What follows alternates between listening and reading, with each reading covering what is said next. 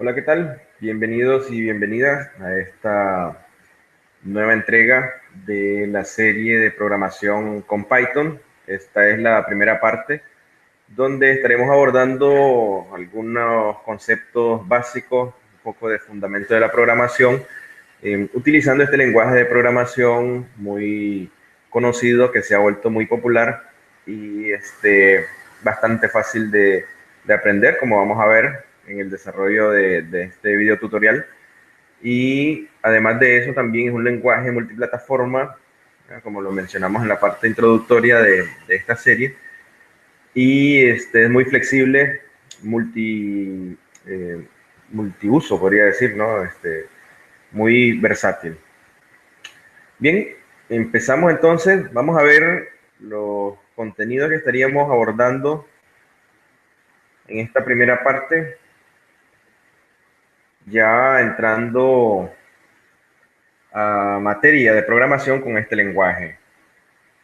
Lo que estaríamos viendo hoy, ¿verdad? Empezaríamos viendo un poco sobre variables y tipos de datos, cómo declarar variables, cuáles son los tipos de datos que nos ofrece Python como lenguaje para nuestros programas. Seguidamente veremos algo de expresiones, cómo escribir nuestros diferentes tipos de expresiones en el lenguaje para nuestros programas, cómo trabajar números también dentro de diferentes tipos de expresiones. Luego seguiremos viendo cómo recibir datos del usuario y cómo mostrar también datos al usuario de los resultados del procesamiento, ¿verdad? En nuestro código. Seguidamente veremos las sentencias de control que tendremos a mano, ¿verdad? En este lenguaje de programación. Conoceremos algunas diferencias que tiene respecto a otros que tal vez los que ya tenemos algo de experiencia estamos un poco acostumbrados, ¿verdad? A alguna sentencia de control específica. Más adelante veremos las declaraciones de funciones. Dentro de esto estaríamos examinando un poco cómo declarar parámetros, cómo pasar parámetros a las funciones.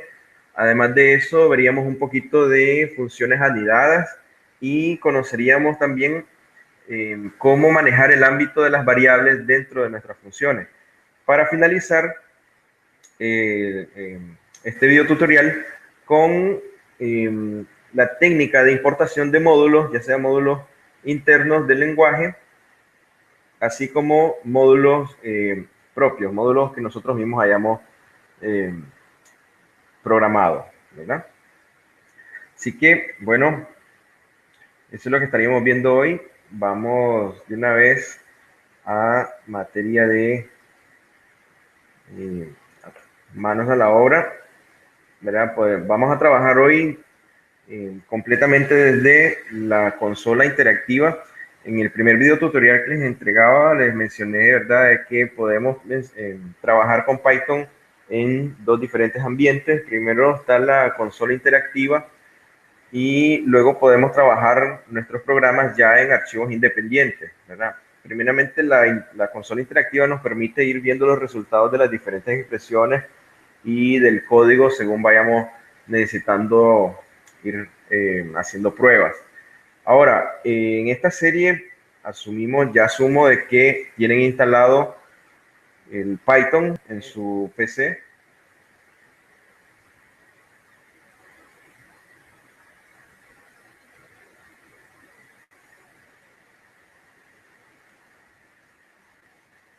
Python.org. ¿Ya? Entonces, desde aquí podemos descargar una versión del instalador para nuestro sistema operativo, dependiendo pues del sistema que estemos ejecutando. Nos descargamos la versión 3, ¿verdad? Tenemos una versión para Linux, Mac, para Windows, ¿verdad? Según sea el sistema operativo que estén ejecutando. Descarga el instalador y luego, de acuerdo al sistema operativo, pues se procede a hacer la instalación.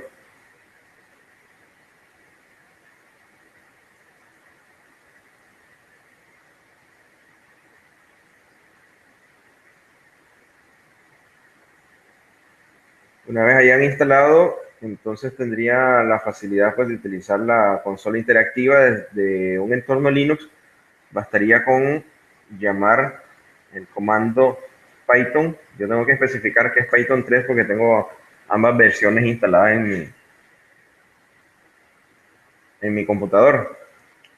Bien, variables y tipos de datos. Primeramente tenemos que conocer algunas reglas de nombramiento para nuestras variables, como sucede con algunos otros lenguajes de programación, ya que estos tienen cierto número de palabras que tienen un significado específico dentro del lenguaje, como por ejemplo los términos false, true, que se refieren a los tipos de datos boolean, ¿verdad? Cualquier palabra que se refiera a un tipo de dato específico, ¿verdad? Así como también los nombres de las estructuras de control, como es if o while, ¿verdad? Entre otras, todas estas palabras reservadas las podemos encontrar en el apartado de documentación de la misma página de Python que les acabo de mostrar, desde donde se puede descargar el instalador. Está también la sección de documentación. En esa sección encontramos toda la lista de palabras reservadas, ¿verdad? Una vez que conozcamos estas palabras, podemos estar claros de que no podemos utilizar ninguna de ellas como nombre de variable dentro de nuestro código, ¿verdad? Más adelante existen algunas reglas de nombramiento, además de eso, y una de ellas es, primeramente, que los nombres de variables en Python no pueden iniciar con números, ¿verdad? Pueden iniciar con un carácter alfabético, ya sea mayúscula o minúscula, o una letra, ¿verdad? Aunque después de eso puedan contener números dentro del nombre de variable, ¿verdad? Los identificadores. Lo otro es que Python es un lenguaje sensible a mayúsculas, lo que significa que, por ejemplo, si en mi código, veamos acá, yo declaro una variable llamada nombre,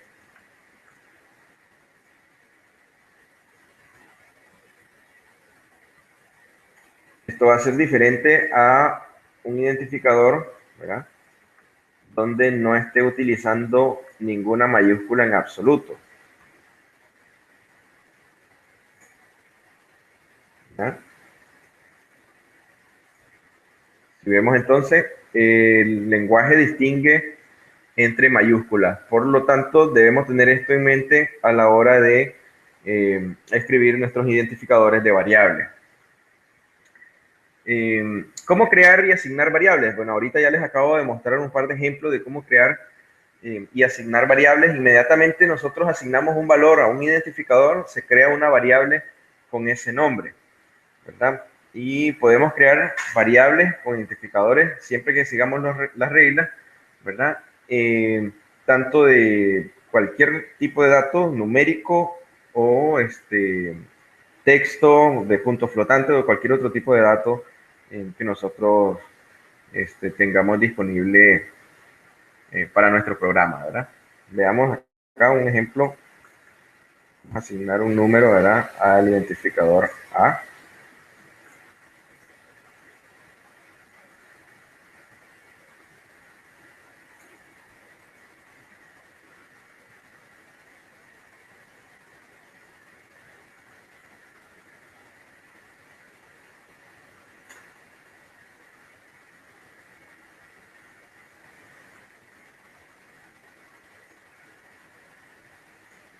Además de asignar valores directos a un identificador o una variable, igual estos pueden ser asignados el resultado de una expresión, como puede ser el caso a continuación. Vamos a hacer que el identificador llamado total se le asigne el resultado de la siguiente expresión matemática.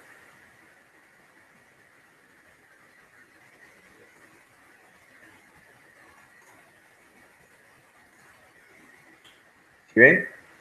Entonces, esa es la manera. Python inmediatamente,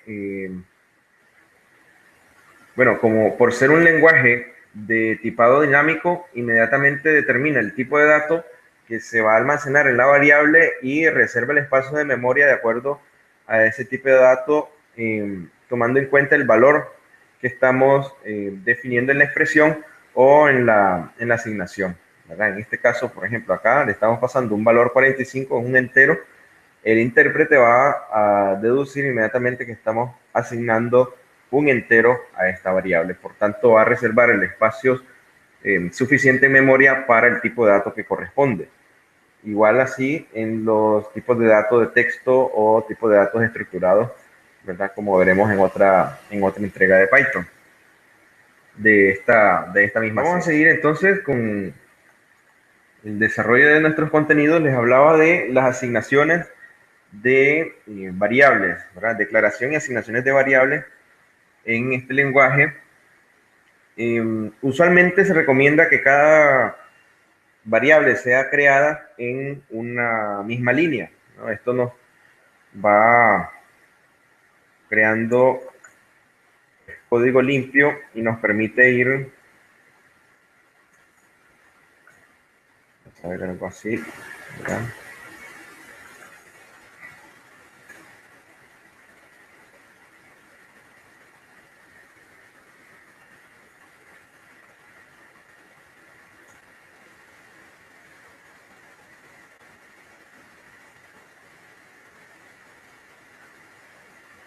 Que cada variable se está creando y se está asignando en su propia línea. De esta manera nos podemos llevar un récord más claro de qué variables estamos utilizando en nuestro código.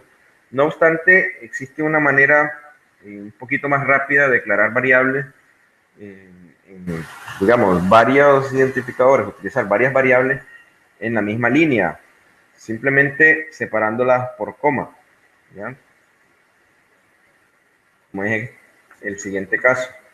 A estas dos variables vamos a pasarle en turno, ¿verdad? Diferentes valores, cada uno en su posición correspondiente, lo que significa en este caso, como vamos a ver, ¿verdad? X recibe el primer valor de acuerdo a su orden de aparición en la lista separada por coma, ¿verdad?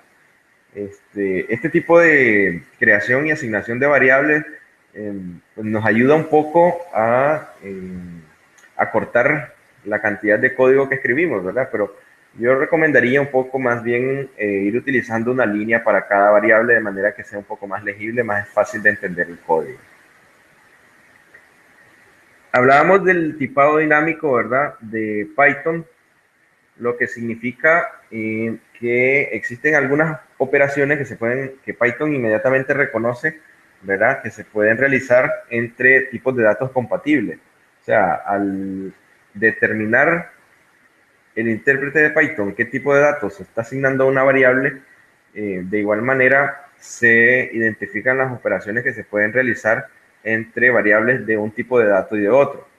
Veamos, por ejemplo, el caso de las variables creadas anteriormente, ¿verdad?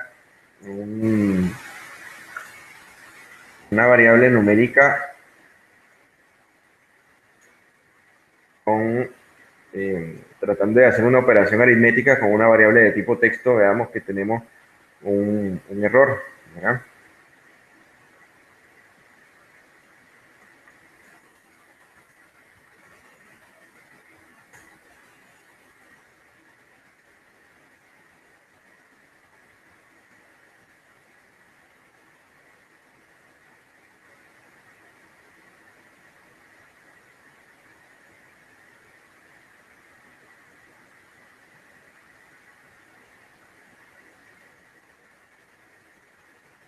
Vamos acá, ahí tenemos un error, ¿verdad? No podemos. En el caso del valor numérico con un boolean, ¿verdad? Recordemos que los booleans son un alias, ¿verdad? De valores enteros, ceros y uno.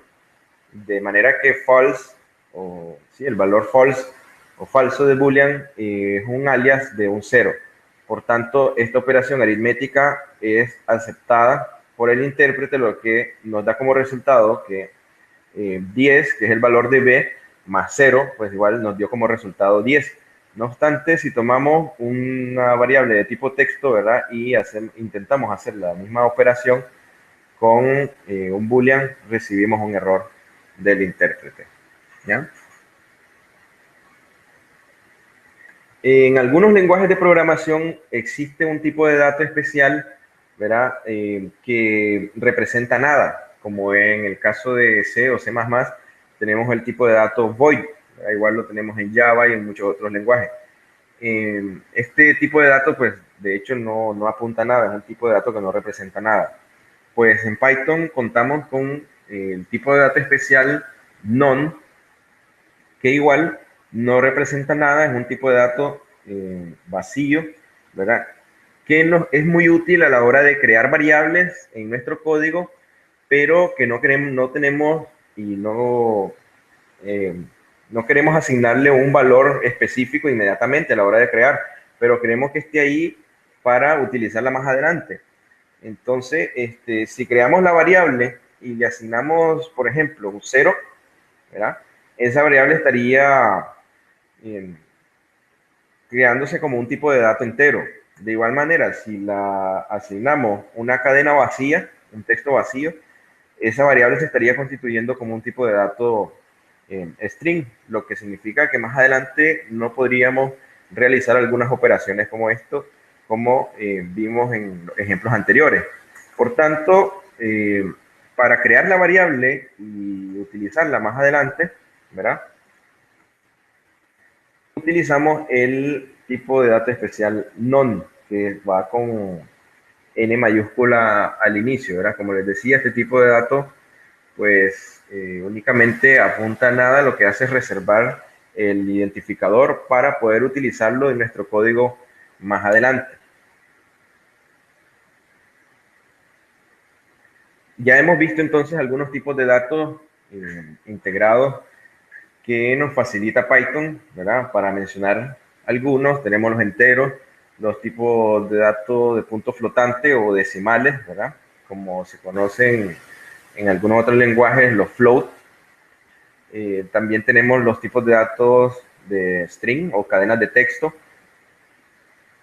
Dentro de Python, los tipos de datos, ¿verdad? De texto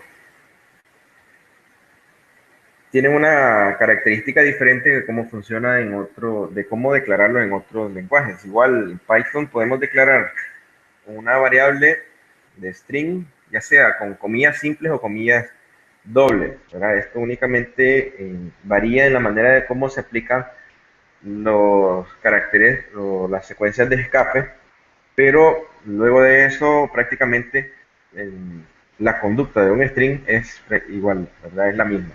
O podríamos haber visto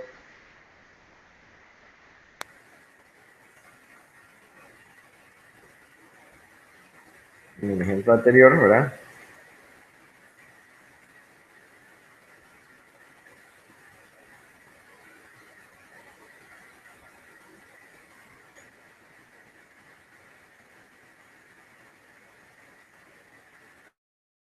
Eh, Acabamos de declarar un par de cadenas de texto y se muestran de manera similar en la consola, ¿verdad? No obstante, además de esto, bueno, esto significa únicamente una manera de asignar un texto de una sola línea, ¿verdad? En Python podemos también asignar texto multilínea, utilizando indistintamente, ya sea una combinación de triple comilla simple o triple comilla doble, según nosotros elijamos, ¿verdad?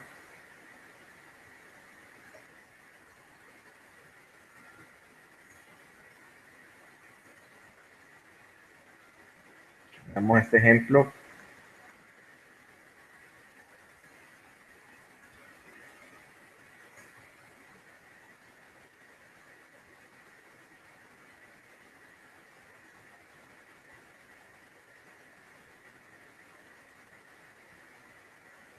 Y cerramos con la misma combinación. El intérprete va a iniciar a reconocer el string multilínea cuando encuentre la combinación de las triples comillas y lo cerrará cuando encuentre una coincidencia de estas mismas. O sea, en la primera coincidencia de triple comilla, el intérprete va a deducir que hasta ahí termina nuestro texto multilínea, ¿verdad? Y se asignaría la variable correspondiente. Si nosotros desplegamos esto desde la consola,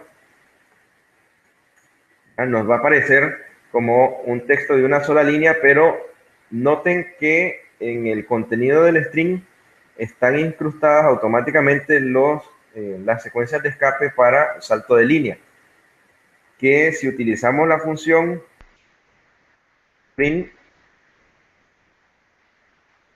esta función va a interpretar esas secuencias de escape y se nos va a mostrar el texto tal y como nosotros lo hayamos ingresado en nuestro código, ¿verdad? Que es ya un texto multilínea. ¿Ven? De igual manera podemos haberlo declarado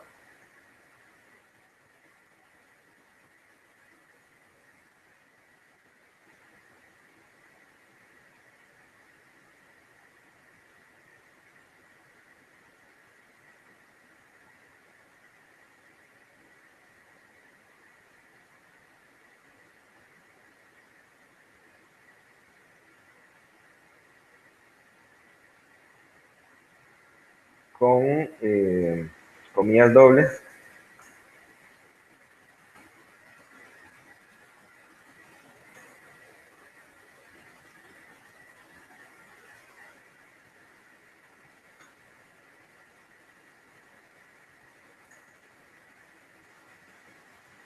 ¿Ya?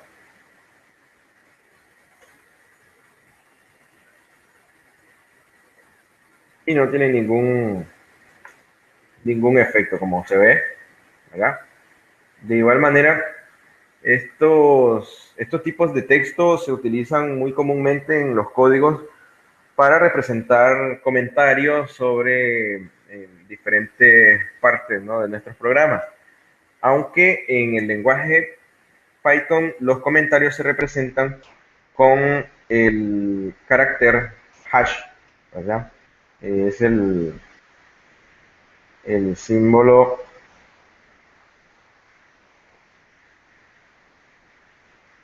el símbolo de libra o gato, como lo llamen, ¿verdad?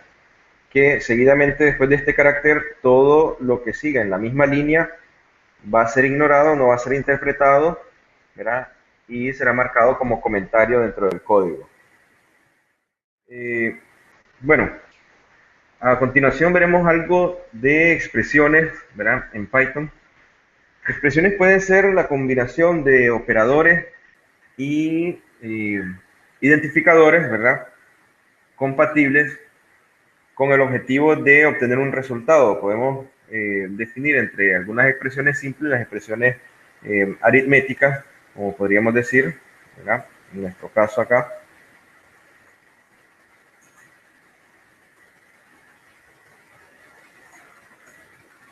Asignamos nuestra variable a,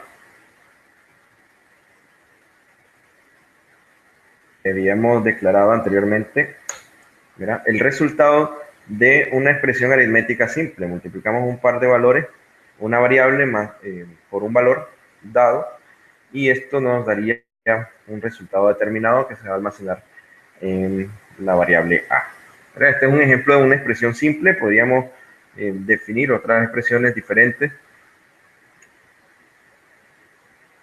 como podría ser a, b, ya.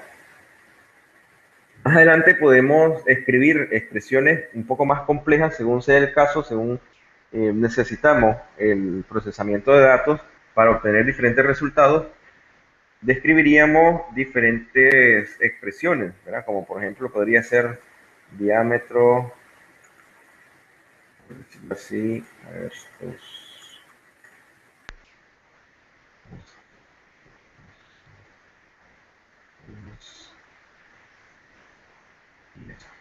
por, digamos así. En este caso tendríamos un error porque R no se ha aclarado. Digamos que el radio de un círculo es 18.2. ¿Ya? Entonces acá tenemos un ejemplo de una expresión compleja donde estamos utilizando paréntesis, ¿verdad?, para encerrar diferentes valores, diferentes subexpresiones, puesto que existe un orden determinado de precedencia para los diferentes operadores. Para conocer el orden de evaluación, el orden de precedencia de evaluación, de los operadores en las expresiones, podemos dirigirnos a la página de referencia de Python que está en http, bueno, vamos de una vez a la página de documentación de Python donde encontramos, ¿no?, toda la documentación, toda la referencia del lenguaje, en este caso Python 3, ¿no?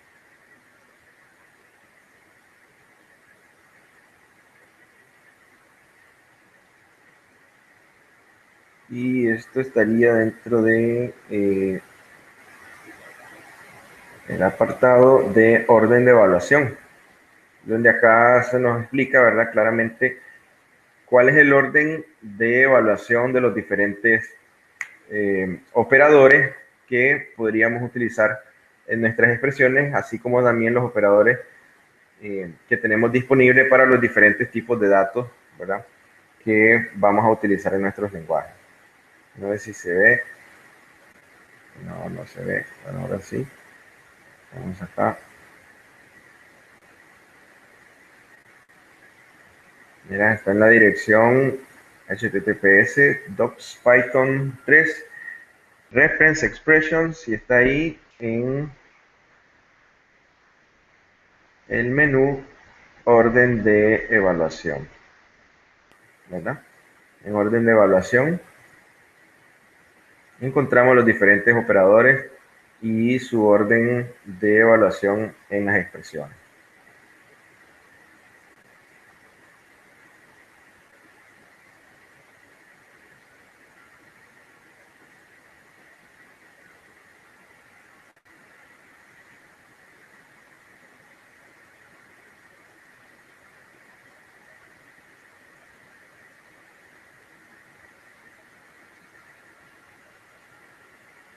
Bien, veamos algunas expresiones con números, ¿verdad? Puesto que tenemos toda la facilidad de configurar diferentes expresiones, ya sean expresiones eh, lógicas, expresiones simples o complejas, como habíamos visto en los ejemplos anteriores, ¿verdad?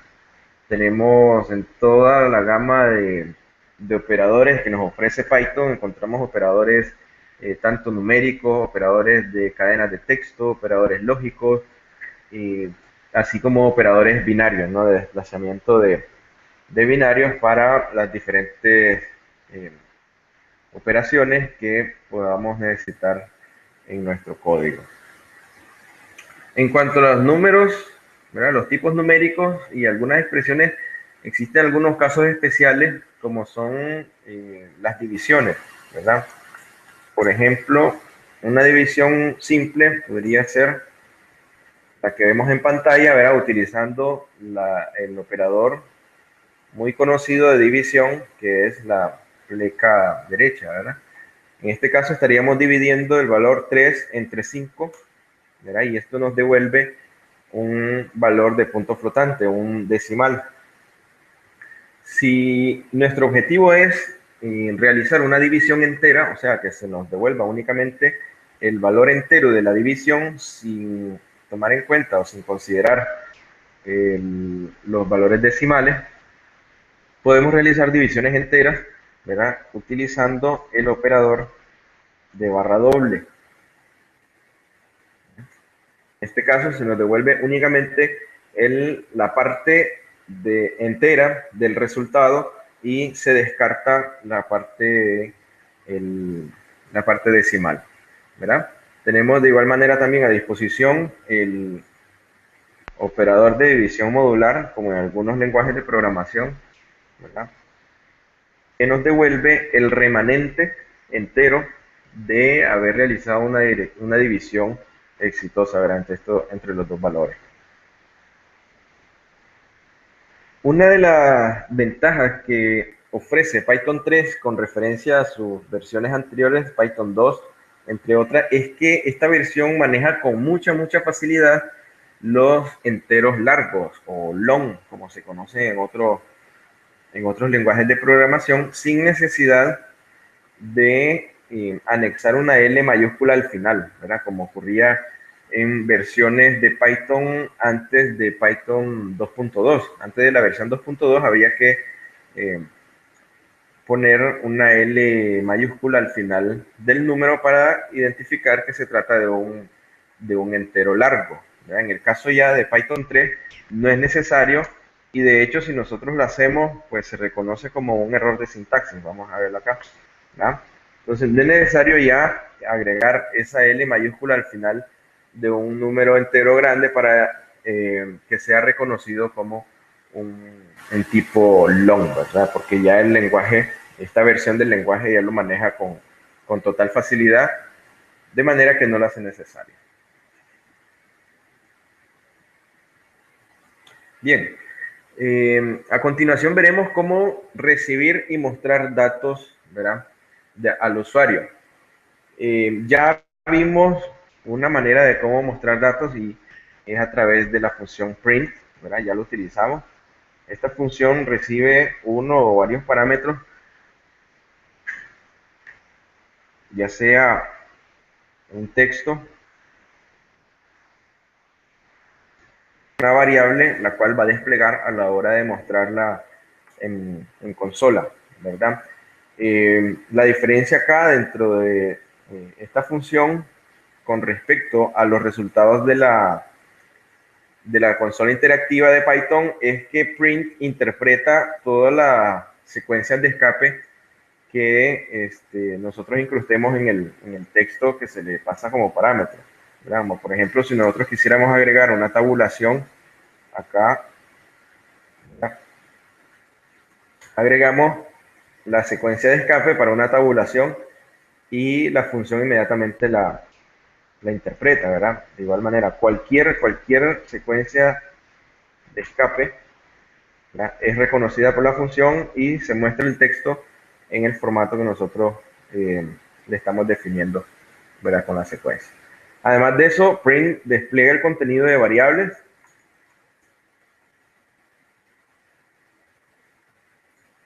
¿verdad?, agregando un separador, un espacio como separador por default, ¿verdad?, aunque se puede definir un separador diferente, pero por default agrega un separador, un espacio en blanco entre los contenidos de los diferentes parámetros que le pasemos.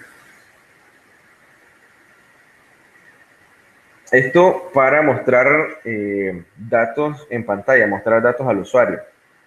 En el caso que necesitemos recibir datos del usuario, contamos con la función input, ¿verdad?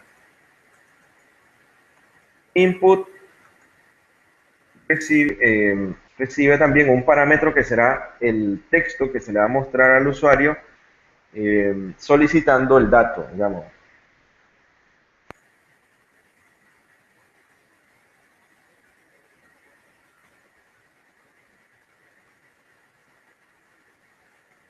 ¿Ya? Y ahí tenemos. Claro que los valores recibidos del usuario, lo más recomendable es almacenarlos en una variable para utilizarlo más adelante, ¿ves? Que es lo que podemos hacer. Claro que hay que tener muy en cuenta que todo lo que recibamos a través de la función input va a ser un tipo de dato string, ¿verdad? Por tanto, hay que tener en cuenta que si vamos a realizar una operación aritmética o algún otro tipo de expresión compleja, utilizándolo como un valor numérico, tenemos que convertir ese valor a su tipo de dato correspondiente, ¿verdad? Y es aquí donde vienen en juego las diferentes funciones de casting o conversión de un tipo de dato a otro dentro de Python. Si veamos acá, por ejemplo, yo recibo, ¿verdad?,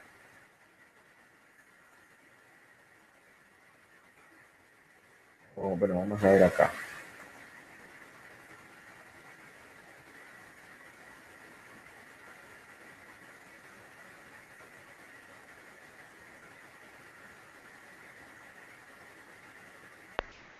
Vamos a poner acá una tabulación. Igual, ¿verdad? El texto que le pasemos a la función input puede llevar incrustadas también secuencias de escape para darle una mejor apariencia a la solicitud que le hagamos al usuario. ¿ya? Esto, inmediatamente ese valor se guarda en la variable, pero como vemos está representado por un string, ¿ya? Por tanto, si nosotros quisiéramos, incrementar un poco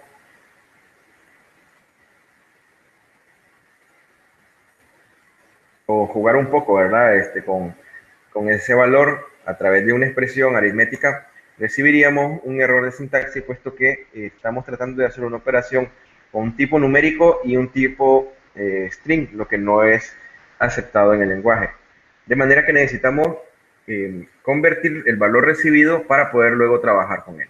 Entonces acá intervienen las diferentes funciones de casting, como les mencionaba, ¿verdad? En el primer caso tenemos, por ejemplo, el casting int, ¿verdad? Que encerramos y le pasamos como parámetro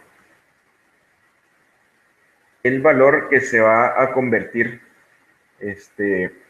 a entero. En este caso, un string que representa fácilmente y claramente un entero puede ser convertido. No obstante, no se puede convertir un string que no tenga ningún valor entero entre sus contenidos.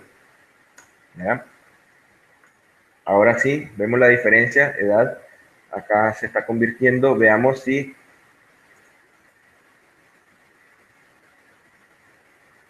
¿ah?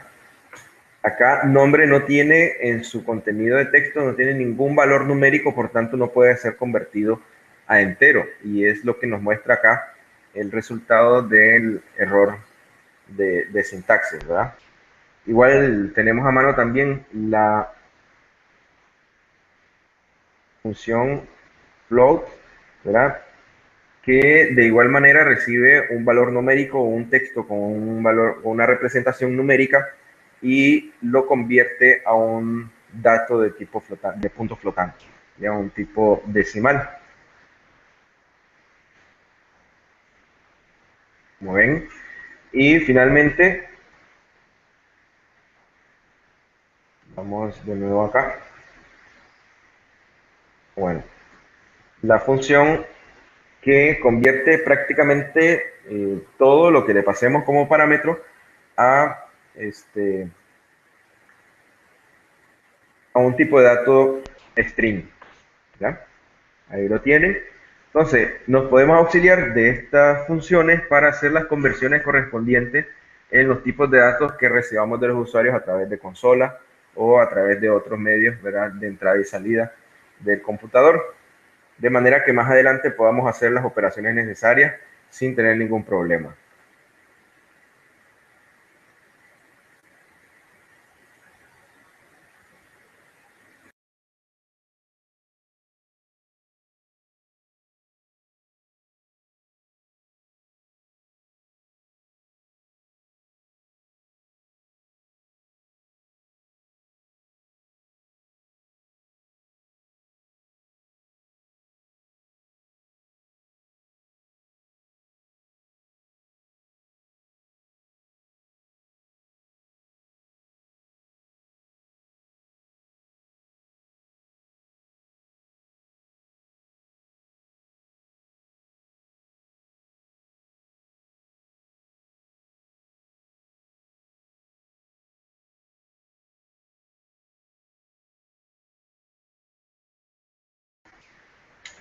Bien, a continuación vamos a trabajar con lo que son las sentencias de control.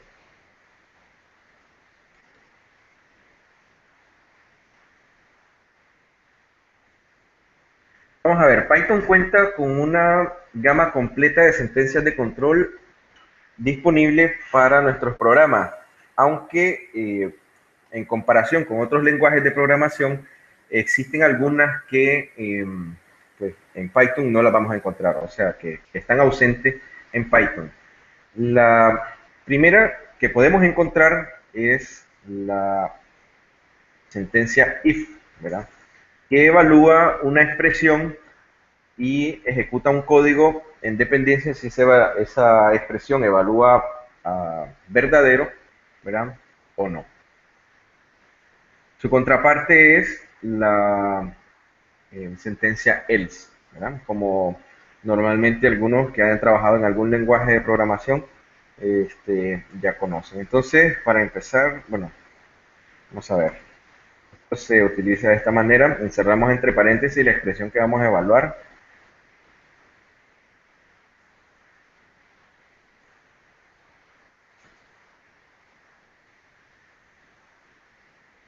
¿verdad? Luego cerramos paréntesis y seguido de los dos puntos, ¿verdad?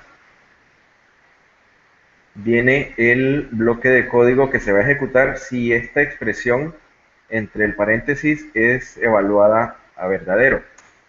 Recuerden que los bloques de código en Python se van identificando de acuerdo al nivel de sangría o de acuerdo al nivel de indentación. Entonces, acá en esta nueva línea necesitamos agregar una tabulación para determinar que este va a ser el bloque de código que se va a ejecutar, ¿verdad? En caso que la expresión evalúe verdadero. ¿Ya? Este es el bloque de código de la sentencia if, por decirlo de otra manera. ¿Ya?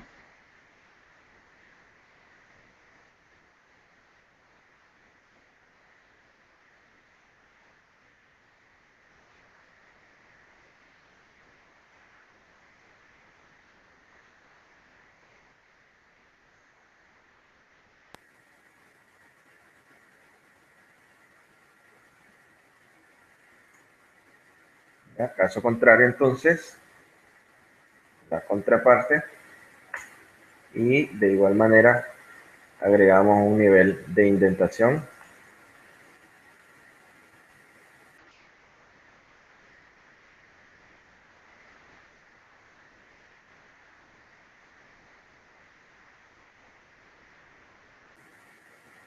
¿Ya?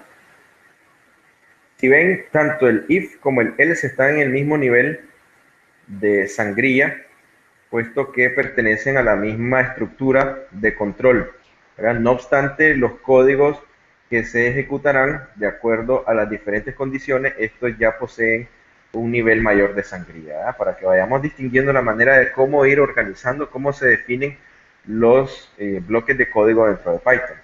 Una vez terminado esto, damos doble enter, ¿verdad? Y de acuerdo al valor de la variable edad que ya habíamos declarado anteriormente, ¿verdad? Se muestra un mensaje diferente en pantalla.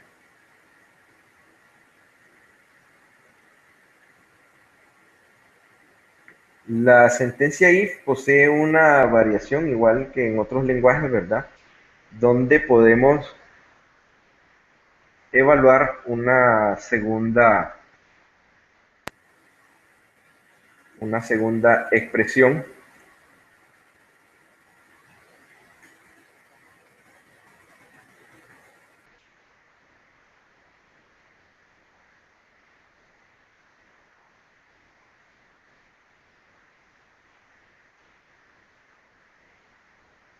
y es la sentencia elif, ¿verdad? Donde de igual manera entre paréntesis encerramos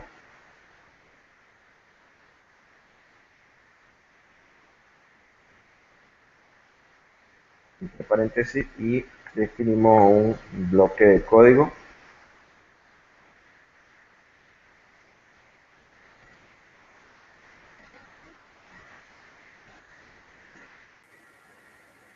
para finalmente agregar la cláusula por default. En el caso que ninguna de las expresiones evalúe a verdadero, ¿verdad? Se ejecutaría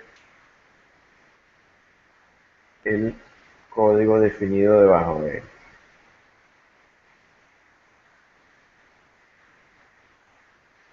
¿Correcto? Doble enter y ahí tenemos,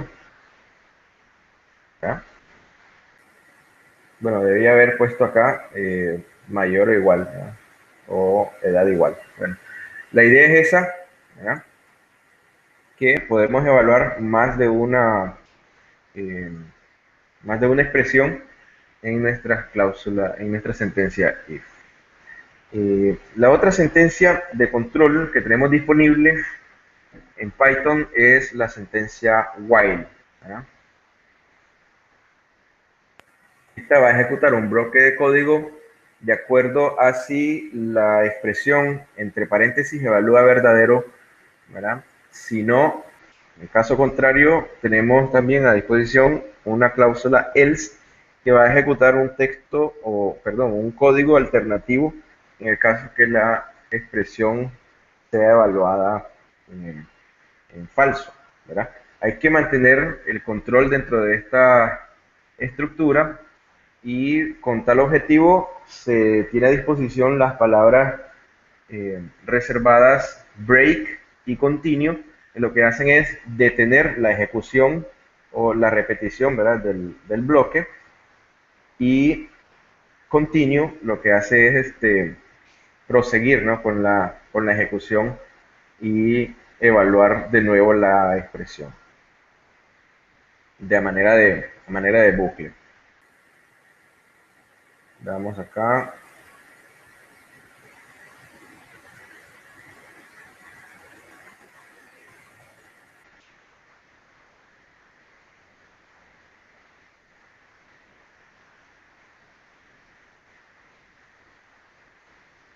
Siempre recordemos, ¿verdad? En la siguiente línea agregar este, un nivel más de indentación, un nivel más de sangría para el bloque de código que pertenece a esa sentencia.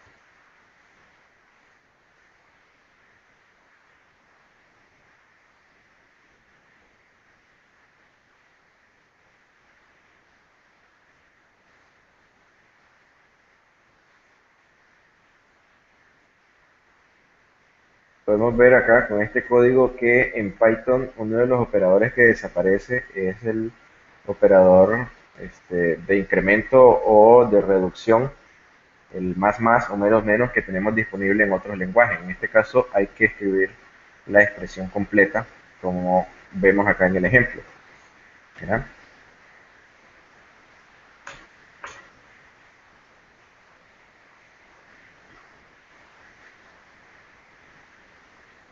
Al parecer no había declarado, no había creado la variable cantidad, eso no es problema. Y vamos de nuevo.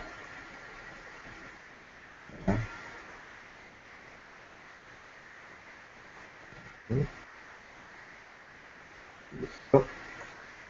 Ahí lo tenemos. ¿Ya? Entonces el código va a imprimir el contenido de la variable cantidad siempre y cuando esta expresión evalúe verdadero, siempre que el valor de cantidad sea mayor que cero. ¿Verdad? Caso contrario, se interrumpe la ejecución y se sale de la estructura. Ahora vamos a ver la variante.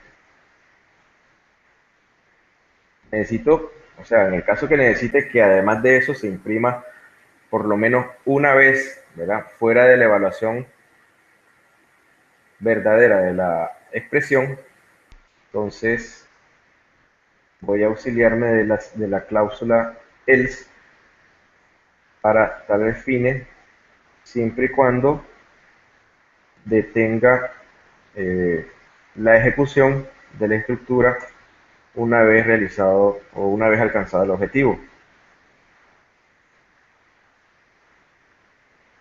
En este caso necesito que se imprima cantidad una última vez, ¿verdad? Después de que esta expresión deje de evaluar verdadero.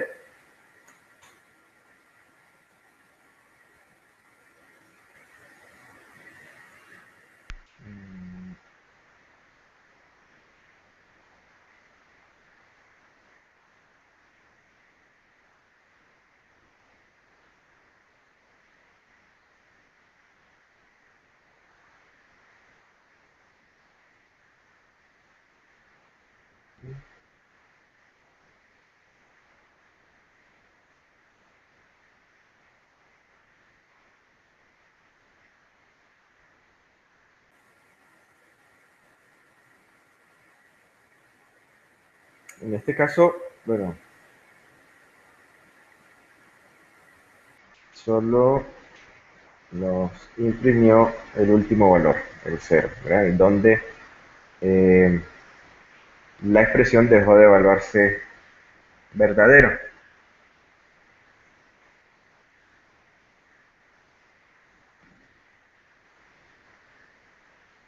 Finalmente, la última estructura de control, la última sentencia de control con la que disponemos en Python es la sentencia for. ¿Ya? Esta trabaja en tipos de datos, colecciones o estructuras, ¿verdad? O ya sea en un rango de valores determinado. Como por ejemplo, acá estamos creando un rango de 10 números, de 10 valores, ¿verdad? Y vamos a mandar a que se imprima el contenido de esa variable tomada de este rango de 10 valores diferentes. Esto es lo que ocurre, ¿verdad? Algunas estructuras, como les mencionaba, ¿verdad? Algunas sentencias de control con las que nosotros hayamos trabajado, los que ya tienen experiencia de programación, hayamos trabajado en otros lenguajes de programación, como puede ser Switch o GoTo, por ejemplo, ¿verdad? Desaparecen en Python, no las tenemos disponibles, únicamente podemos utilizar las que les acabo de mostrar, ¿verdad? Y la única otra que no les he mostrado es la sentencia try, pero esta se utiliza en casos especiales a la hora de eh, ejecutar código que podría generar algún tipo de error, algún tipo de problema en su ejecución. Entonces se utiliza para controlar el surgimiento de excepciones, lo que se conocen como excepciones, para darle un mejor manejo a los errores eh, de ejecución que podría generarse dentro de nuestros programas, ¿no? Para tener un mayor control y saber qué hacer en determinadas situaciones. Pero prácticamente estas son las sentencias de control con las que disponemos en Python, como les decía, Switch y GoTo, que existen en algunos otros lenguajes, aquí desaparecen, ¿verdad? Tendríamos que utilizar algún tipo de combinación de if o if anidados y eso para alcanzar los mismos objetivos que hacíamos con esa otra sentencia, que de hecho no es muy complicado, pues simplemente cuestión de vamos a ver la declaración de funciones, ¿verdad? Cómo utilizar ya todo este código, todas estas técnicas que hemos venido viendo ya en bloques de código que podríamos luego ejecutar de forma repetitiva, que es lo que nos ayuda a facilitar un poco la declaración de funciones. Entonces, las funciones se declaran a través de la palabra reservada def. ¿Verdad? Definimos una función, le agregamos, le asignamos un identificador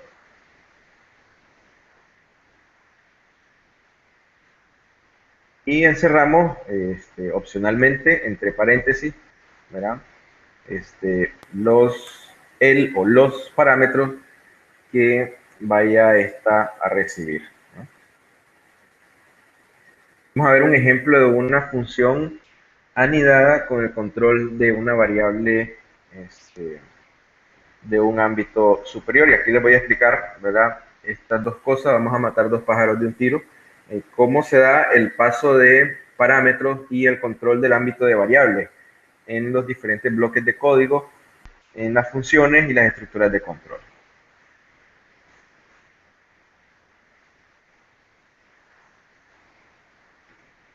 ¿verdad? Acá estamos definiendo un parámetro llamado 1 que va a recibir la función variables, ¿verdad? Luego ese parámetro que recibamos lo estamos asignando a una variable local de esta función. Luego definimos dentro de la función variable, definimos una función anidada llamada interna y a esta de igual manera le definimos un parámetro llamado 2. ¿verdad? Si ven cómo vamos agregando un nivel más de sangría según vayamos definiendo diferentes bloques de código.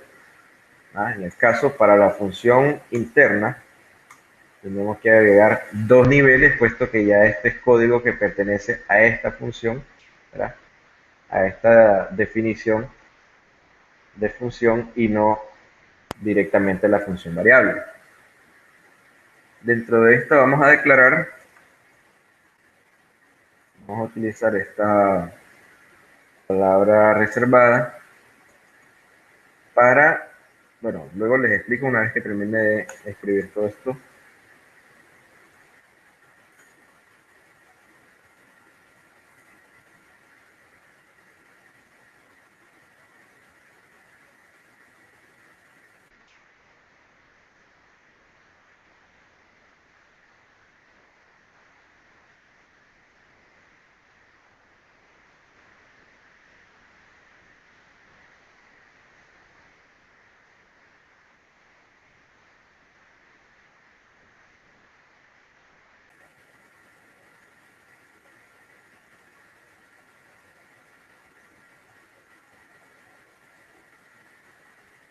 Ok, primeramente voy de nuevo a recalcar, ¿verdad?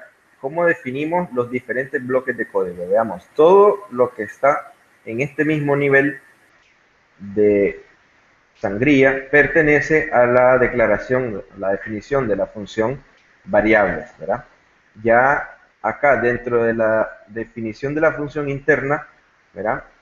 Agregamos dos niveles de sangría, lo que significa que este bloque de código pertenece directamente a la definición de la función interna, ¿verdad?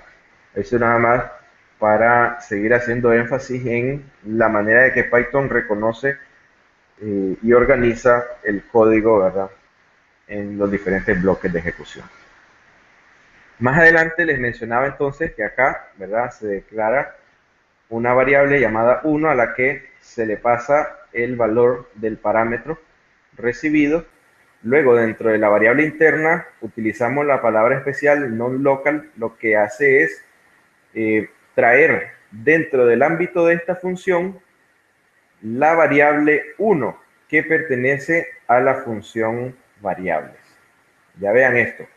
Si nosotros estuviéramos trabajando una variable únicamente llamándola 1, ¿verdad? Sería una variable local a esta función, ¿verdad?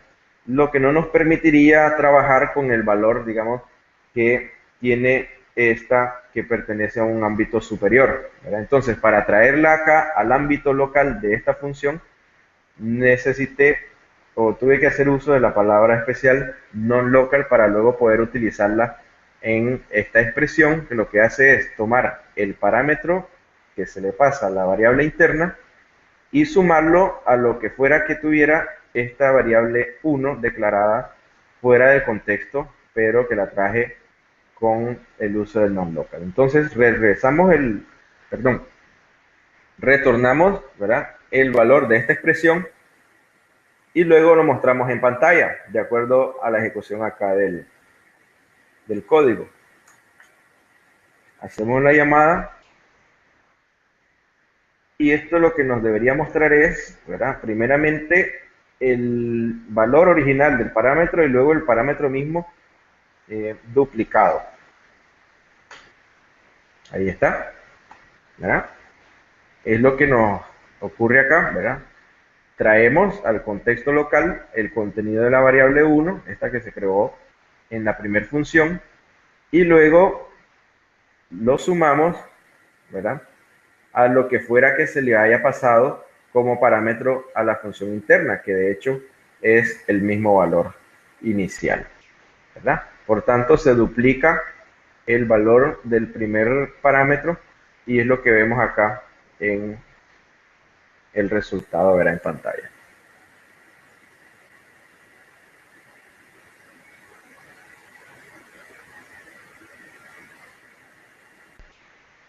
Para el manejo de variables, del ámbito de variables, perdón, contamos en Python con dos diferentes palabras reservadas, ¿verdad? La palabra reservada global nos ayuda a traer al contexto local o declarar una variable que estuviera en el nivel global, o sea, a nivel del módulo del código. Y tenemos también la palabra reservada non-local, que es la que acabamos de ver acá, que lo que hace es traernos al contexto local una variable que ha sido declarada, ¿verdad?, en un contexto superior, o sea, en un bloque de código superior que no sea el nivel local donde necesitemos utilizarlo, ¿verdad? Entonces, con estas dos palabras nosotros podemos, ya sea traer una variable que haya sido declarada como global, traerla a al contexto local, o una variable que se haya declarado en un contexto superior, ¿verdad? A través de la palabra non-local.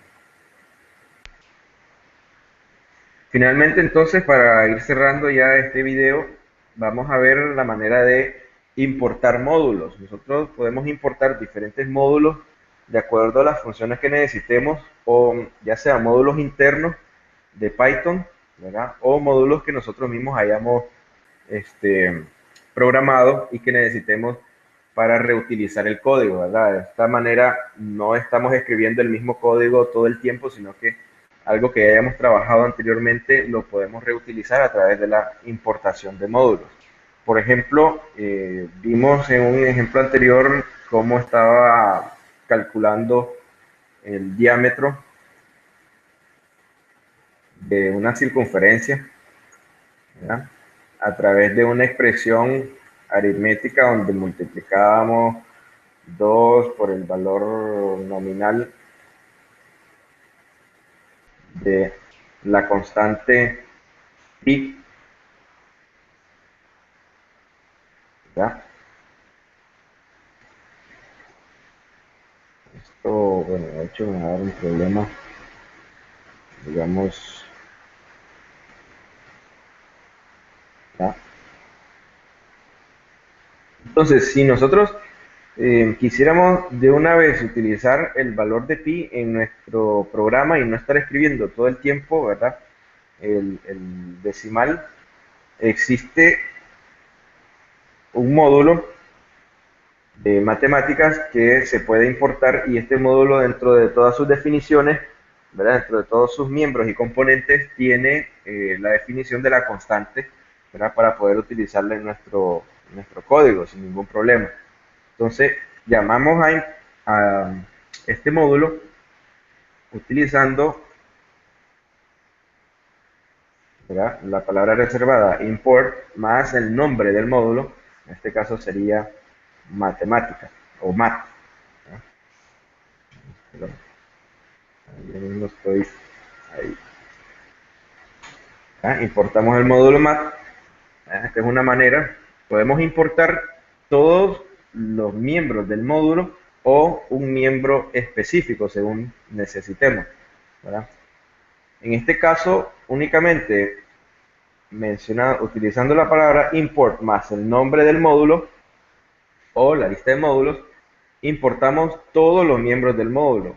No obstante, si únicamente queremos una parte de ese módulo, como en nuestro caso actual, que únicamente queremos utilizar la definición de pi, entonces lo importamos de la siguiente manera. From, ¿verdad? Mencionamos el módulo, mat, import, y seguidamente damos el nombre del componente que queremos importar desde ese módulo. De nuevo, acá estoy fallando, ahí está, ¿verdad? Entonces, luego de haber hecho la importación, esto por lo general se hace en los encabezados, ¿no? Al inicio de nuestro código, de manera que contemos con estos componentes durante todo el desarrollo de nuestro programa. Entonces, ahora sí, voy a declarar R y podemos entonces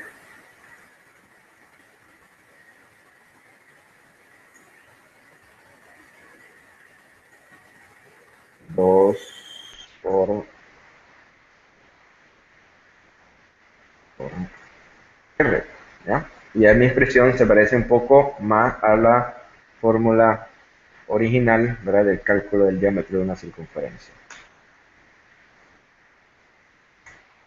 Ahí está, ¿ya? De manera que pi se importa automáticamente del módulo mat, por tanto no necesito ya seguir escribiendo el valor nominal de esta constante, sino que ya el módulo me lo facilita a través del identificador, que se me hace un poco, mucho más fácil para escribir y utilizar en mi código. Bien, eso era lo que les tenía en esta ocasión, ¿verdad? Espero que les haya gustado, espero que les sea de mucha utilidad y más adelante pues vamos a preparar un poco más de material, ¿verdad?